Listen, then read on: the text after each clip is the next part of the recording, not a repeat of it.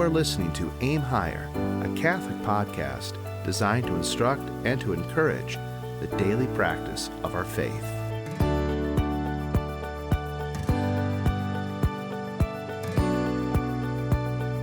Pax et bonum, peace and good to you all. This is Aim Higher podcast. I am Father Anthony. With me is Sister Catherine. And today we're going to have a conversation about conversations. I'll let that sink in for a moment. But good morning, sister. Good morning, Father. How are you? Still waking up. Kind of a I don't know, I guess a good night, but it was a lot of yard work, so a little tired from yesterday, but it's a good tired. It's a good exhaustion. It's healthy for you. Saturday is probably one of your busier days, but I think a lot of your days are pretty busy depending on the time of the month, like where your schedule is. But Saturdays definitely seem a lot going on. Well, for me too. Yeah, it's a lot of like the preparation of the property for church on Sunday, and having the place mowed. And of course, I've had people ask me several times, Father, why don't you hit a lawnmower? Or Father, why don't you have somebody else do the mowing for you? And my answer really to both of them is exercise. I like to get out. I like to move around. Mm-hmm. And it's not that much property. It's enough. Probably at both properties takes me about 3 hours. Not even, but when you said lawnmower, I think you said riding lawnmower. Like you were asking, yeah, why don't you say ride?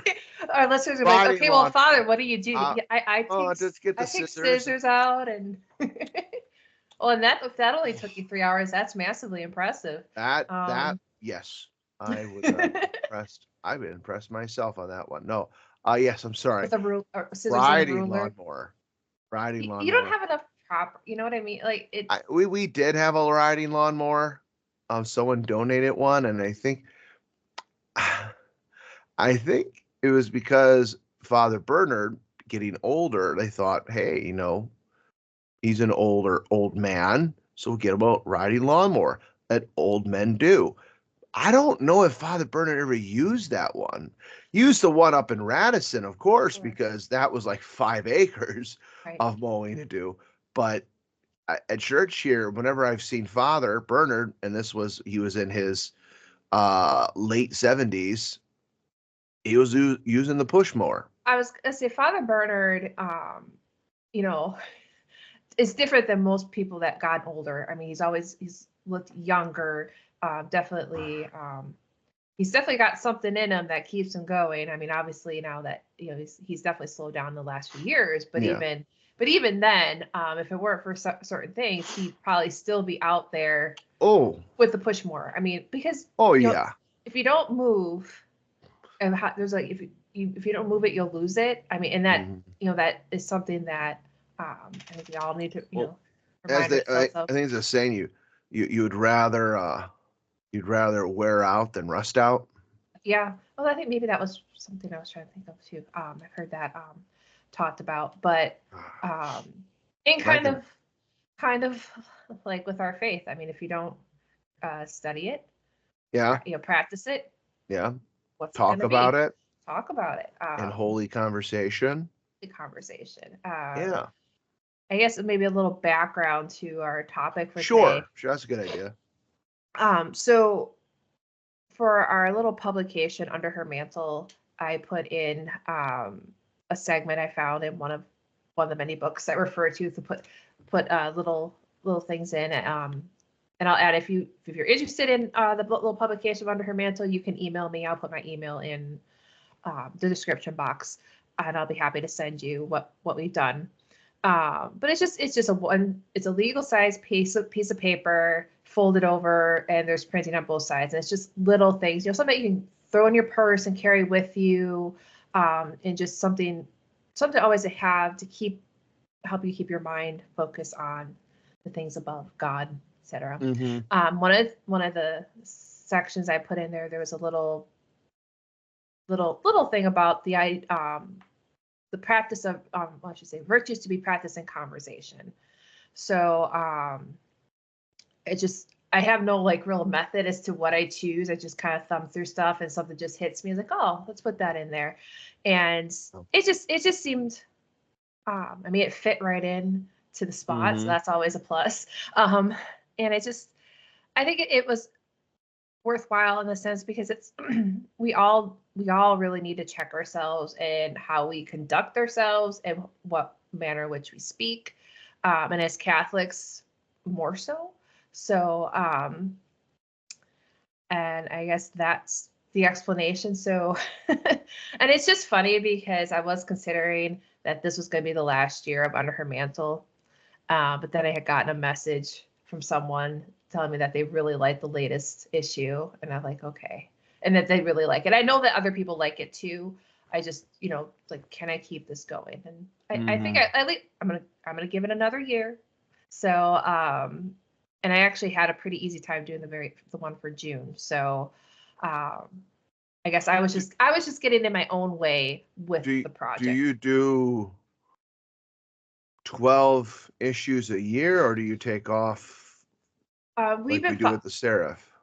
we followed the schedule of the Seraph. So, Okay. I mean, I could technically do it every month. I mean, it's funny because now we are technically on break for the Seraph, and I'm like, oh hey, we've got those two or 3 months, but those go so fast, and there's it's like it's good that it's there, but at the same time, it's like, does it really? I know the bishop because the printing part he does all of that, and that's huge. Yeah. My part in it's small, but then we're working on the calendar, and there's outside stuff as you were mentioning. Mm-hmm. Um, so it's just there's just a lot going on, and Yeah. so while I could do probably every month, I don't think I'm going to. I'm just not No, feeling it. it's yeah, it's plenty, and you need kind of that break to be able to turn to other things. So yeah. But especially since our children's newsletter that we started last September, that's every month. So Mm-hmm. I'll still have like something. So I will be going to the post office every month. I mean, I go probably a couple times a month, but there's usually like that 2 month breaks. Like, oh, I don't have to go, but um, it's all right. Mm-hmm. Keep the keep buying stamps, and Dad'll be able to stay retired comfortably. Yeah. Um, Oh, so I don't think that's actually what helps, but that's oh, a joke. it doesn't hurt, I'm sure.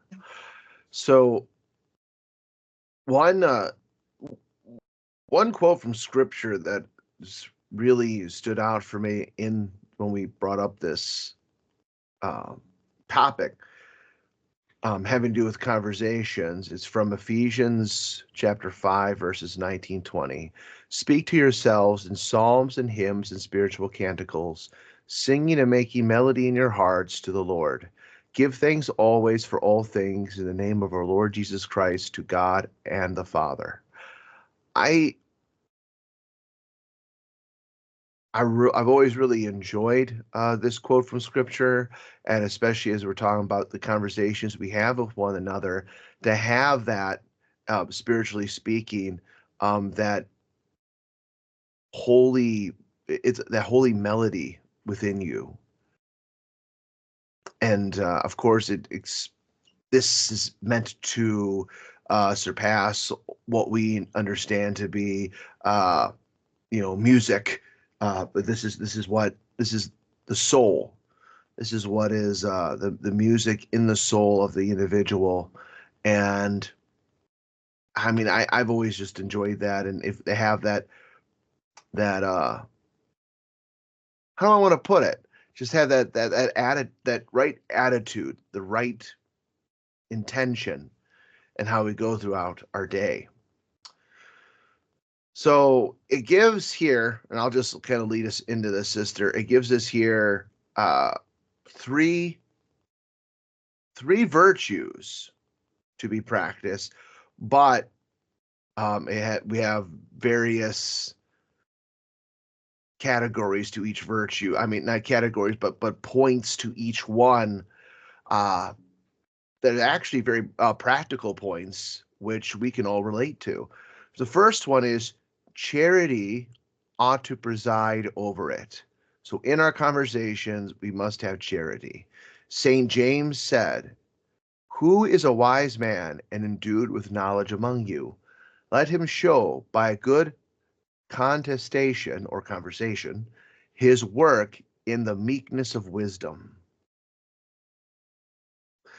So here we have that we see the how wisdom and charity go hand in hand, and how we and really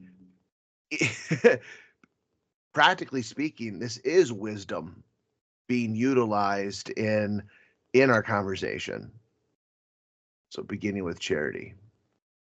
I'm gonna just go read the first one. Um, Descriptions of charity and how it should be utilized in conversation, and I will then throw it out to you. What you think? One, or A, that's how I have it listed. A gentle charity characterized by serene expression of face, an affable manner, kind and cordial words. What do you think? I think that speaks well to a soul that's really striving for holiness. I mean, if Hmm.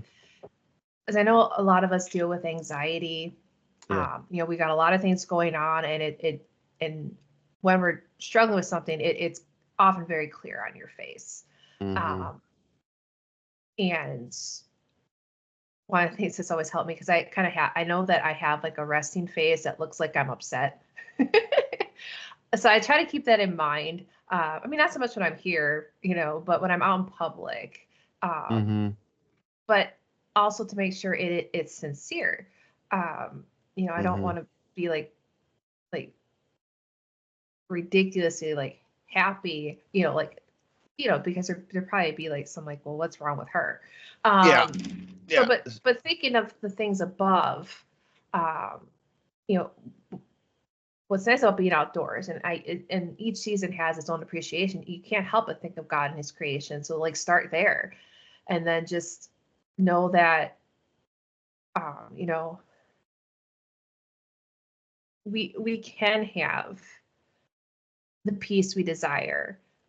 It's just knowing that you can feel that peace amid the struggles of our daily crosses. Like, as Hmm. long, because we can have that peace as long as we adhere to the words that, follow me, deny yourself, follow me, I will make it sweet, I will make it light, I'll make it a joy. And oftentimes people just think, well, that means, no problems at all, and get the confusion of happiness and pleasure, those things, Hmm. definitely, and it's like one of those, like, it's different for everyone.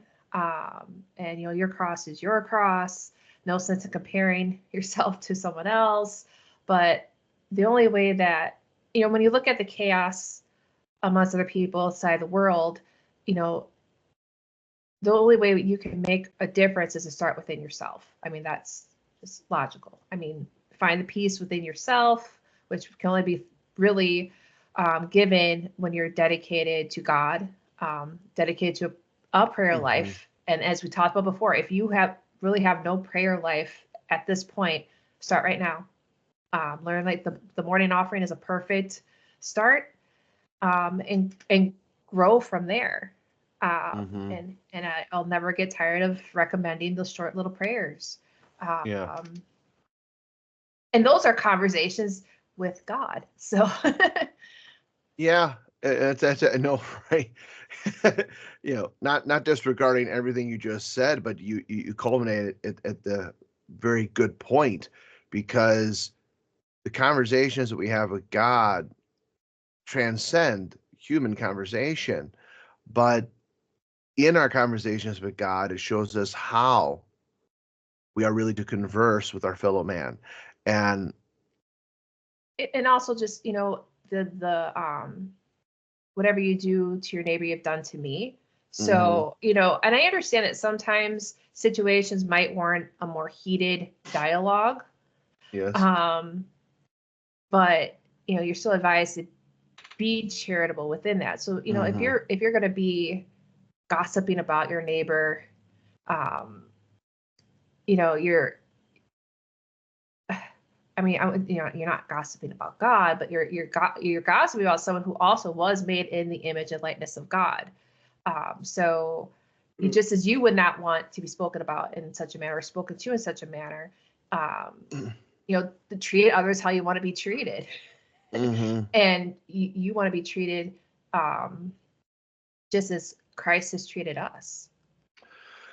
It's so much how you express yourself in conversation. They say that the first impression is the most important. I find out of charity, we give a person the benefit of at least a second impression because we know people have difficult days. But that to have a kind face, it's just Colgate has different commercials out now, and one commercial I've seen is about if you smile at somebody, it gives someone else maybe the confidence to smile or makes them. And I mean, I've seen it happen, and it does help when you're in the habit, and you have that certain characteristic about you, I suppose. I'm not gonna say that aura about you, but you go and you smile at people just walking the street, they smile back, and even when you're not in the habit, it's just that people respond well to positivity, obviously, unless somebody wants to be Well, and upset. I will Unless, say, of like, course, being in the habit, I mean, you're obviously going to be noticed more when you're out in the world. So it's almost an added responsibility, if you will, that you need to make sure that, you're not, yeah. sour in the face. I mean, Well, yeah, and times you're not intending to be, and so you have to kind of force just make it like you said, having a kind of a not a mean resting face, but an upset looking resting face, it's just, that there people can look at you. I've told you the story about the one time shopping with Father Joseph years ago for Thanksgiving, and we were walking through a store, and I was fine. I was actually feeling good. I was thinking of meditation from the morning, and my thoughts were on God. So I just kind of just I guess a serious look on my face. And this lady comes by talking with us, and I'm just sitting there. She's like, "Oh, you look upset. Smile." I'm like, "Okay." And she's like, "Smile." I'm like, "Okay." I was standing there going like, "Lady, leave me alone." And it's like, and I smile. She's like, "No, that's not enough." I'm sitting there like, "Lady, and I was actually starting to get upset. I was about to be, lady, back off, back off. And it was just like, I'm not a monkey to dance for you. I was feeling really good and you ruined it. Well, that was a test for me. And I didn't respond well to the test. It just because it's like, you don't want people all the time coming to you say, "How are you okay? How you doing? Are you are feeling you all right?" safe? You just want to, you just want to be left alone. But Father Joseph did say to me, he said, it's a lesson to be learned because you do have to be aware, especially as a religious, of how you present yourself into the world. And you're not meaning to look upset or, overly pensive.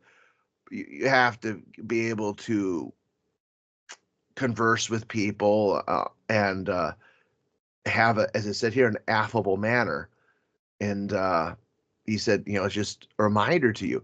I guess what upset me is like, Father, I usually have this affable manner. Just today, I was thinking of something else that was a little more profound. Uh, But it's leaving Christ for Christ. Leaving Christ for you are absolutely right. Yeah, Yeah. I understand.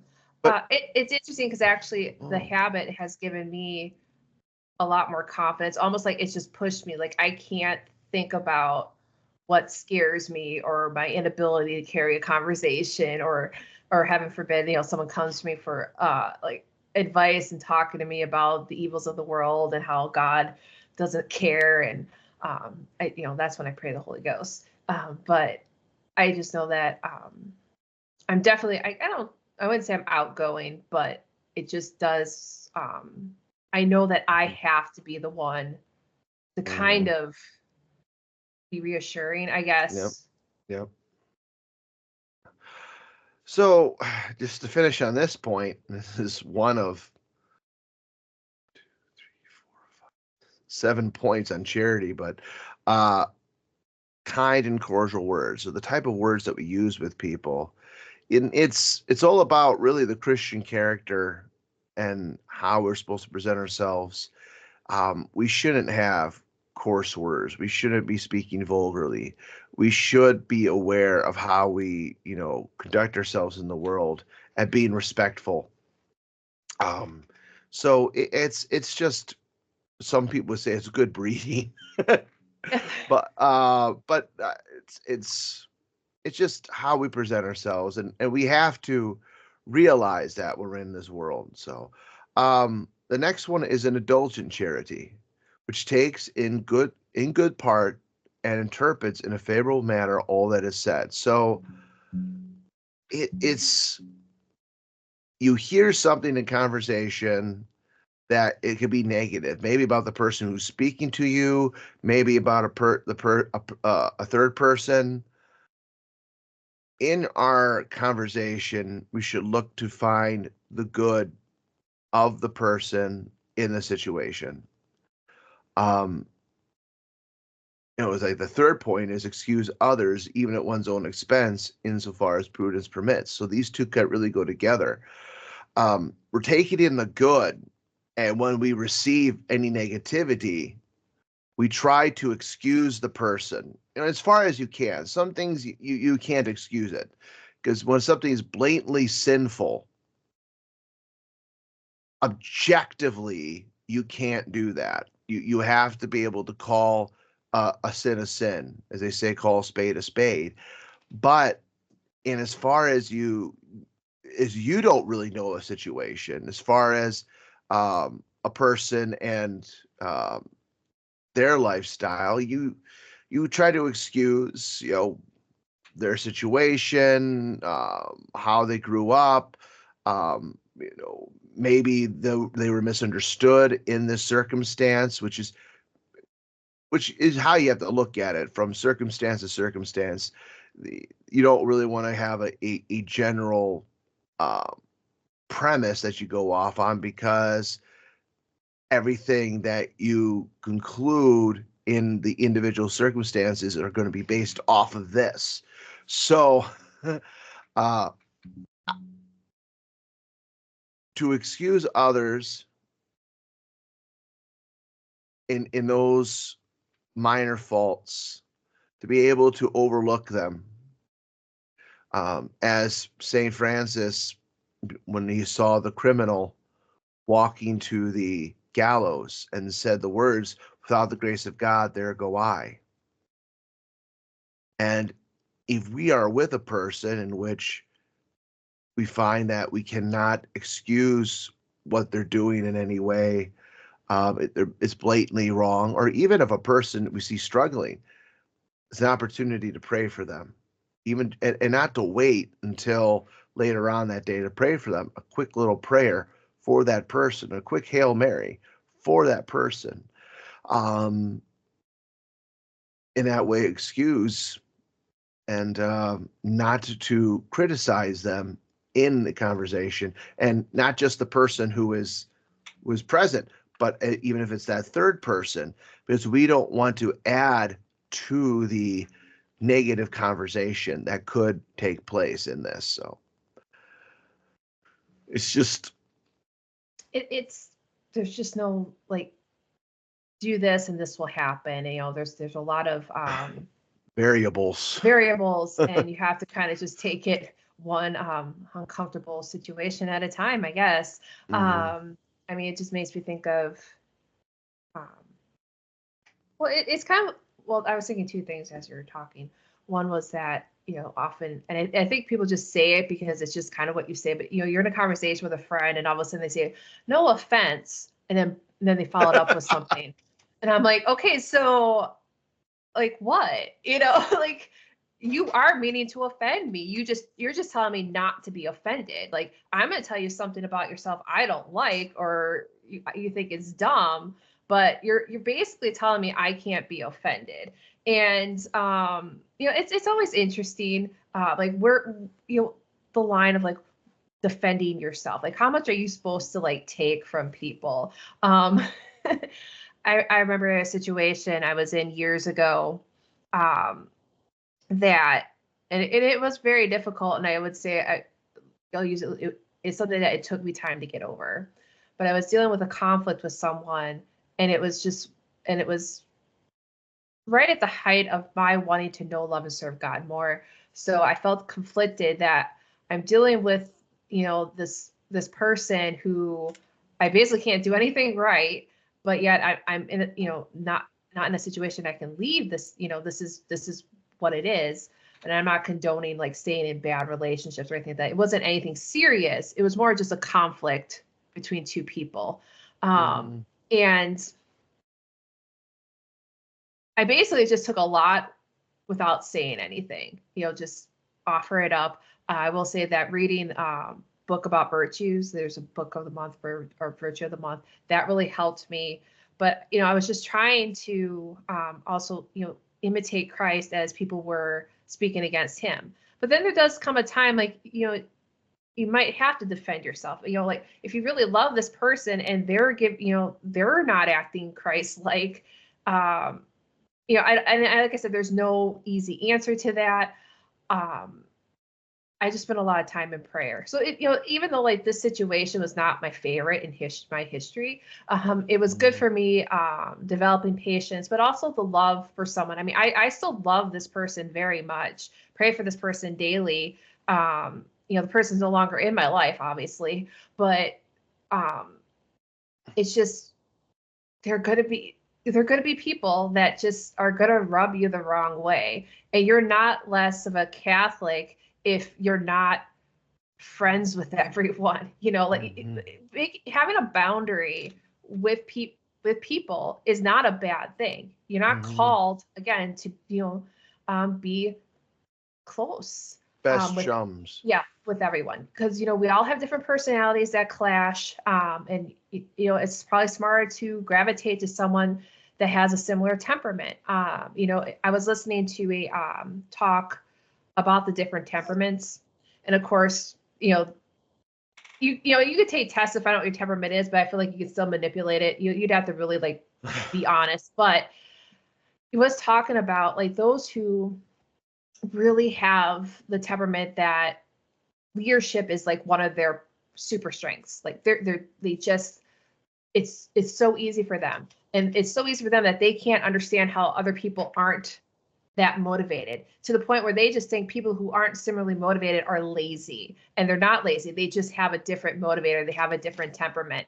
And one of my favorite things I liked that he said there is, too often we want to just focus on, well, find out what your strengths are and go with that, but your strengths are your strengths. You're good at your strengths. You need to focus on what you're weak at. Like if you struggle being patient, you should work on being patient.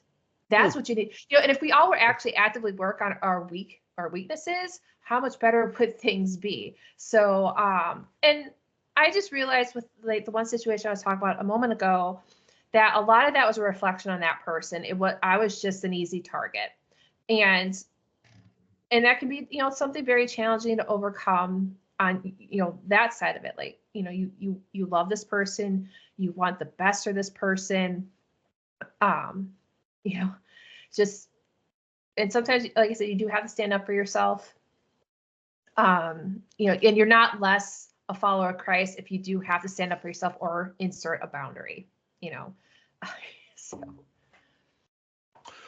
Well, I mean, just to put the final cap on that, you have the right to your good name, and especially if your good name is being dragged through the mud or tarnished, you have a duty really to yourself to protect it. So there are times when things need to be said out of charity, or out of charity, really. Now in conversation, we go to, when we speak to people, we should never show any annoyance at the wants of good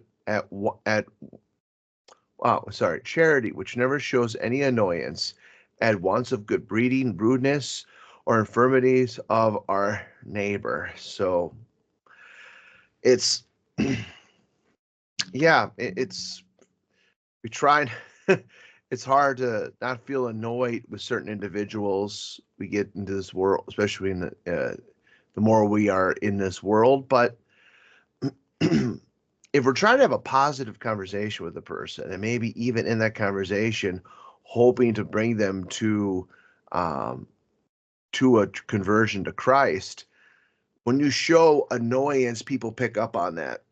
Now, sometimes you're not meaning to be annoyed. We talked about a person before having an expression on their face. They're not upset. They're not angry. But this person finds it just that certain individuals, here we bring in the temperaments, they respond to things differently. But I think generally speaking, if we show an interest in the conversation, interest with the person, and we we don't demonstrate any frustration due to how this person is presenting themselves, it will make for a better conversation and maybe even a fruitful conversation. So it's treat others as you'd want to be treated. You wouldn't want someone to act all annoyed in a conversation with you, so why would we do that with somebody else? And with that, treat others how you want to be treated, it goes very well with, how we desire to be listened to. Also remember that sometimes you have to be the listener, and not just listen so you can correct someone. Let's just listen. I mean, sometimes people have a lot of things that they're trying to overcome, and some of it's emotions that are rather ugly. But keeping it to yourself doesn't always work out. And there's a difference between venting and complaining. Yes. I remember very clearly someone, I was, me and my difficulties with people, which, if we're keeping track, I'm the common denominator in this, but one of the last jobs I had before coming here, I had a kind of like a butting heads with another female manager, and I was talking to one of my male coworkers about it, like, trying to figure out like how to, like, I'm not to appease this person, but like try to make this work. And I kept, kind of like in my mind, I wasn't complaining. I was just trying to like work this out. And then I said the term, like, I'm not complaining, but, and he said, but you actually are complaining, like, because this wasn't like the only conversation he and I had. And that really made me think. It's like, okay, yeah, I'm all talk and no action. I mean, I'm acting like I want to fix this, but I just actually want to just complain about it. And if you have like a situation that's going on years and years and years, and you're just bouncing to person to person to person because all you want to do is complain about it, that I would say that is very much a you problem. So like I said, I was a common denominator in two situations. I pointed out, I know I'm not perfect. I know that I have some oddities myself that, or annoyances. Venting is a very specific action we do to a very specific person. It's usually a close confidant, a spouse. That's who we do it to, and it's because that person knows us. They understand what we're going through, and they know that we just need an ear. And sometimes you have to be that person.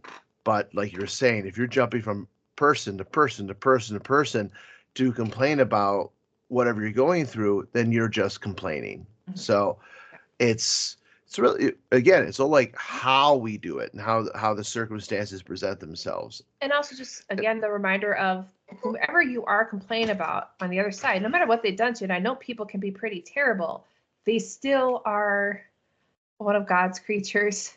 And maybe it's to love your enemy is to pray for your enemy. And I know, sometimes people are just that frustrated, like really get at you. Like that's the person you really should be actively praying for. And again, praying for that, pray for them for their greater good and for yourself. Mm-hmm. May still mean that you're not going to be best friends or friends at all, and that's okay too. Yep. And how it just really takes us here. We talk about how we converse with people, but not how people converse with us. Charity, which accepts with meekness advice, reprimands, mortifications, whatever they may be.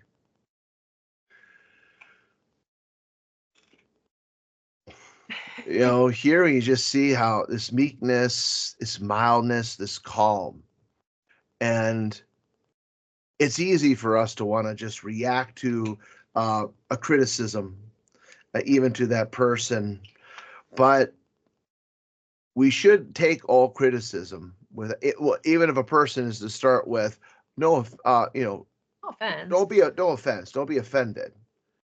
It's like, well, you're kind of laying the groundwork for me to be offended, or you're assuming I'm going to be offended. It's kind of like people come and want to ask me a question. I'm out on the street and they said, I don't wish to offend. I'm like, well, then don't. Don't offend me. It's like, may I ask you a question? Sure. And sometimes in your conversation, a person is nervous to bring something up to you. It might not be a reprimand, advice. It might just be a question, and you want to make sure you calm them. A nice witty remark often helps. And I mentioned it before, how one of mine that I use now a lot when someone says, may I ask you a question? And I just say, I know what you're going to ask. And the answer is yes. This is my real hair.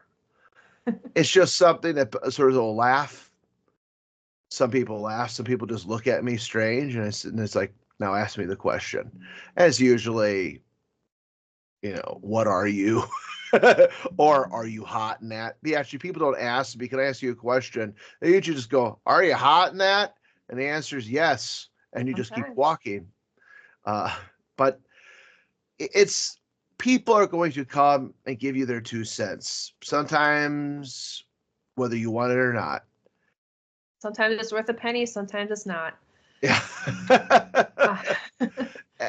Yeah. And but you can actually, maybe there's something you can learn from that. Maybe there's something that they might bring to your attention that in the moment you're like, no, this is not true. But if you give it some reflection, say, you know what, this person was right. And how many times we find ourselves having to go back on a conversation in our own mind and just realize the person's right. Would it be nice if we could, right at that moment, recognize it? Yeah. As they're saying it? I mean, and it's hard, like, especially if you're like being attacked, and your first inclination is to defend yourself, and then when you're thinking about it, you're still defending yourself to yourself. Yeah. And Yeah. Which I'm not saying there's anything wrong with that, and I'm also not condoning someone verbally attacking you for whatever reason they think is appropriate. One of the things that I hope to practice advice I got from His Excellency, as far as like, someday when I hope to have other sisters here, and since I'm the senior sister, I'll at least have some sort of responsibility towards them. But it's hard when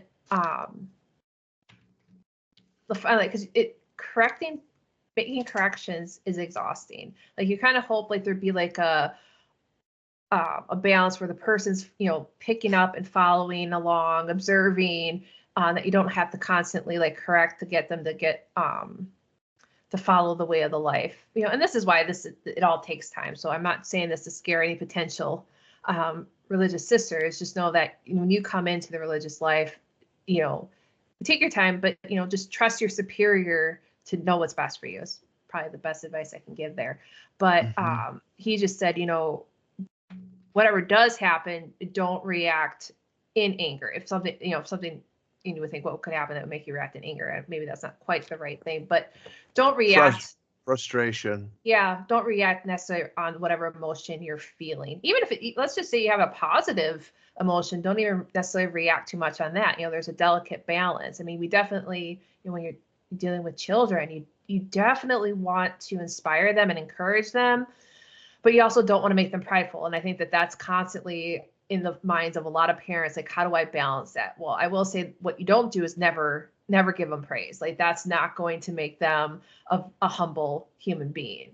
Virtue is in the middle. So, and as the bishop says often, your child, and you're going to continue to know your child as you both grow with each other, and your child's going to know you. They're going to strive to want to please you. So it's basically, it's work, but having conversations is really the only way we're going to grow in holiness and love for God. So yeah, these are things I think most of us are aware of in what we deal with. And one of the things I feel that it doesn't really help us in conversing properly and how to emotionally and spiritually deal with a lot of issues is the social media, because people often use social media as just a venting tool, and not even as venting, it's more of complaining, like we just stated before. And it takes the intimacy of conversation away, and you present it out to the world. Pretty much all, I can't say all the time, but most of the time, these are type of conversations that need to be said to the person. Things that might be said about you should have been said to you in private. So we have to reestablish that in our own lives, and even remind ourselves of it. Even if we do it, remind ourselves what we're doing, so we become self-aware. Like the next one is attentive charity, which watches over its words and manners. That is, say nothing or do nothing which can give displeasure, but on the contrary, say and do everything as amiable insofar as conscience allows. So we have to be attentive to the situation, and we have to, there's nothing wrong with looking at ourselves and just doing a little tweaking in how we respond in the world. It's like getting those updates for your computer. Sometimes we need to do a little bit of a spiritual and emotional updating in ourselves, because we can always be better. You can never have the attitude that I'm the way I am, people just need to accept it. Oh yeah, that's the attitude that you might need out of humility and charity to be with a person. Well, this is the way they are. I will, maybe not say necessarily accept it, but you will bear it patiently for the love of God, and hope, and not to placate their bad behavior, but hopefully they'll respond to your charitable reaction. To inspire them. But it reminds, like Saint John Marie Vianney, one of his sermons, talking about used a marital relationship as an example of a husband who just says, why talk about his wife and his anger. Says she knows I get upset. She understands that about me. Why does she push the bear? Why does she do that? She knows I can get upset. And St. John's like, that doesn't excuse you from having to calm yourself, to show some restraint just because somebody knows I have a hot temper. You talk about temperaments, and you're right. Very often we can look and examine a temperament. If we're not honest, we can kind of make it one that seems more amicable. I have a sanguine temperament myself. I am very quick to react, and that's my natural temperament. That doesn't mean that I can't do something to improve on that. Right. And also, I just want to say one thing with the various temperaments, whether it's melancholy, sanguine, phlegmatic. Phlegmatic. I'm sorry? Phlegmatic. Like phlegmatic. Phlegmatic. Yeah, that's P. It's P. It was a PH.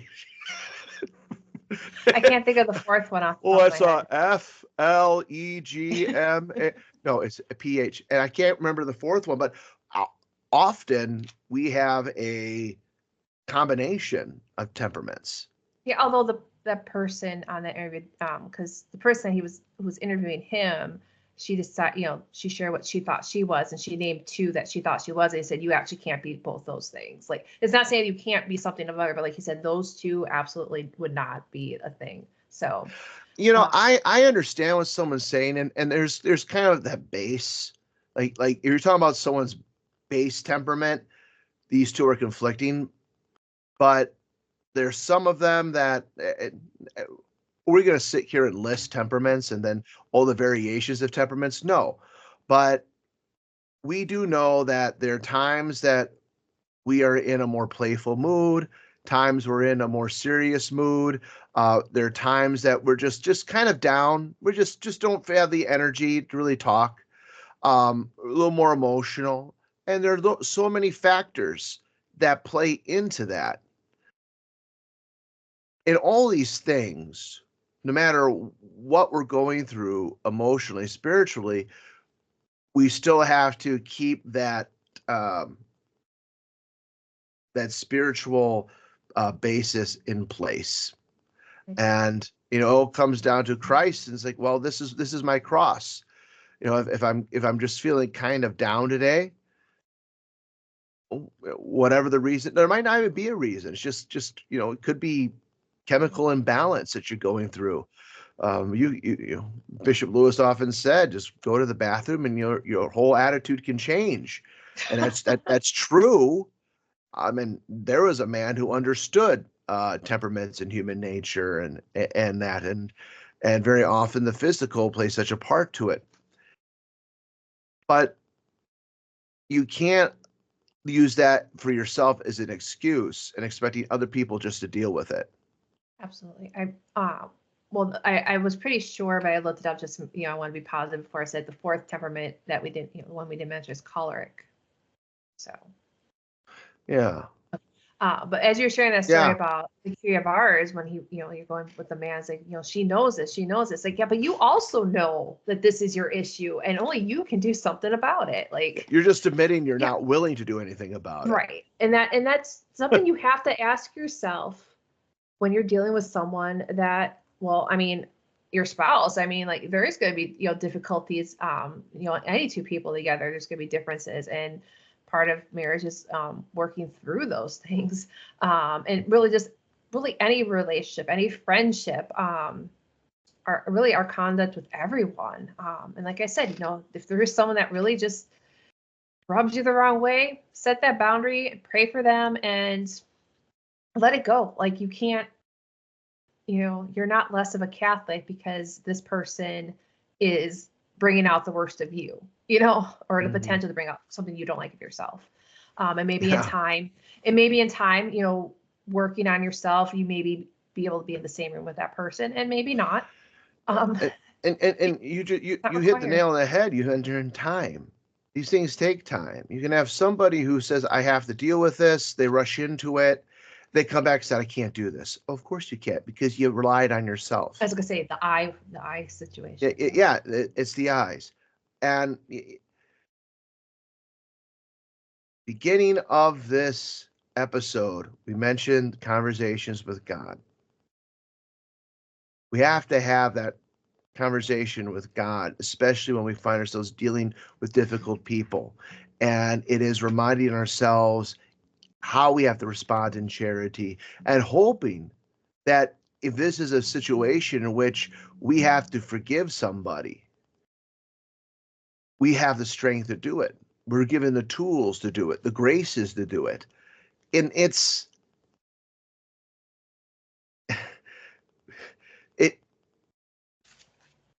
why I'm struggling here, and it's because very often we all deal with this.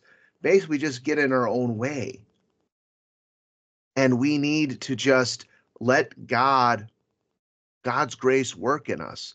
Allow the Holy Ghost to inspire us with what is necessary. We talk about watching these videos or reading these articles about various topics, psychology and such, human behavior.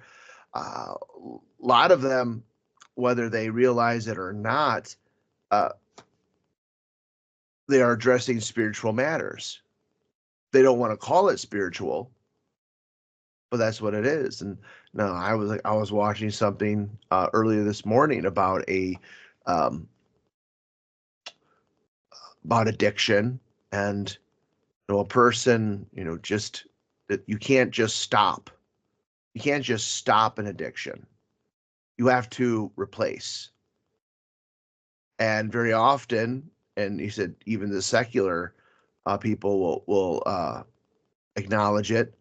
A person has to have some kind of religious experience to get them out of whatever addiction it is. We're talking about alcohol, drugs, pornography, or whatever it is. You can't just erase, you have to replace. And I've preached that so many times, and replacing ourselves with wholesome things, wholesome prayer, wholesome activities, and wholesome conversations, which we have to put ourselves into. We have to put forth the effort. We might not be in the mood. We might find it difficult, but put that effort, put ourselves out there, get out of that comfort zone, get out of that lethargy that we can find ourselves in, and be willing to engage. And if we do, all for the glory of God, if that is our impetus in our lives, that will give us the strength to go forward, to get out of that general feeling, that spiritual, conversational, social malaise that we find ourselves in oftentimes. It's giving it all to God. Not saying, God, you just direct me in everything I do like an automaton. It's, God, inspire me to be a worthy disciple of you. Like how do I want my conversations to be? As we mentioned, the in Ephesians, speaking to yourselves in psalms, hymns, and spiritual canticles, singing and making a melody in your hearts to the Lord. It's that melody in the heart of the individual. Is a reflection of the graces of Almighty God. Let's just get to this last point on charity real quick.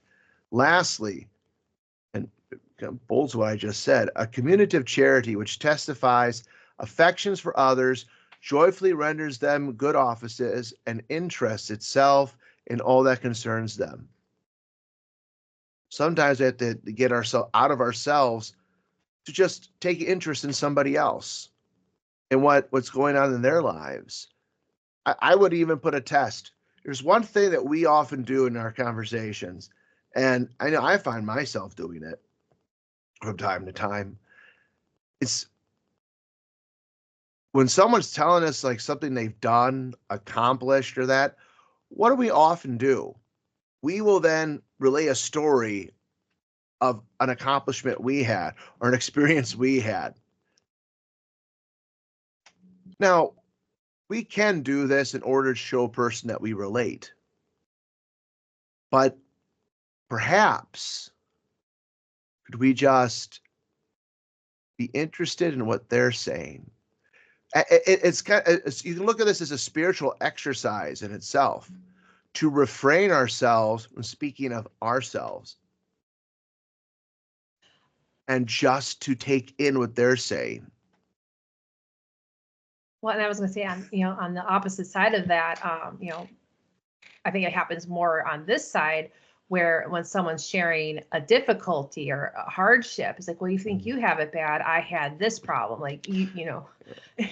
it's It's I countered that more, so I just ended up not telling people anything. So. Well, and like I said, I guess to kind of put just a clarification to it, we will find ourselves again trying to just relate to the person, showing that we understand. If we're doing that, it could be we could just say, look, they're telling us they are venting about the situation, they're confiding in us, and we say, Like, no, I understand. I had a very similar situation. Please go on. Or as I tell people, I have a similar situation. I can understand as far as I'm able to understand, because people, there are specifics, there are circumstances that are unique. But generally speaking, because human nature is the same, people would understand. If you've experienced anything like this, you will understand to some degree. But I'm not going to say that I understand the specifics exactly until you've actually experienced them. But anyway, but all this comes back to charity, and it mentioned, as St. James mentioned, is a wise man. Who is a wise man and endued with knowledge among you? So here we see charity and meekness and wisdom. Now, what is the gift of wisdom? It comes from the Holy Ghost. Wisdom is being able to discern what is essential in your life, what is essential for your salvation, and your focus will be upon whatever helps you secure your salvation, and putting aside those things that deter you from your salvation. That's wisdom. And having a charity in our conversation is one of the ways which we help to ensure our salvation, but even the salvation of the people that we're talking to. Because we have a duty in how we talk and converse with others. And if we keep these points in mind, that especially being affable to people in conversation, show interest in it, make sure we're not, rude, be guard of our expressions, and and when we are on the receiving end, to take it in also with an affable manner, showing that you are interested in what the person's saying and you want to take time to think on it, and then perhaps improve on yourself to what the person is telling, upon what the person has mentioned to you. So charity and conversation, well, important point. The next 2 points on this is humility and zeal, as I mentioned. And we spend so much on conversation, sister. We didn't plan this out necessarily for this, but do we want to tackle humility and zeal in another episode? I suppose we could. A lot has been said here on charity. Well, I also feel like a lot, we kind of covered humility and zeal within that, but yeah, maybe a part 2, a follow-up might be a good way to go. Might be good. I'll be honest, especially with the time, what time it is. Yes. And I will have to get moving along here shortly. And I would really, well, as you're right, we do, you can't address one of these points without addressing the other 2. Just naturally, they happen together. And but they are certain aspects of humility and zeal that I think will warrant its own discussion. Yeah. Okay, well then let's plan on a part 2. Yeah, I love second parts. And it's not a cliffhanger, you know what's coming. So yeah, you know what's coming, and yeah. So okay, sister. Well, I look forward to having another conversation with you about conversations. Excellent. And let's work to make it a holy and profitable one. So with that said, I'll say Deo gracias.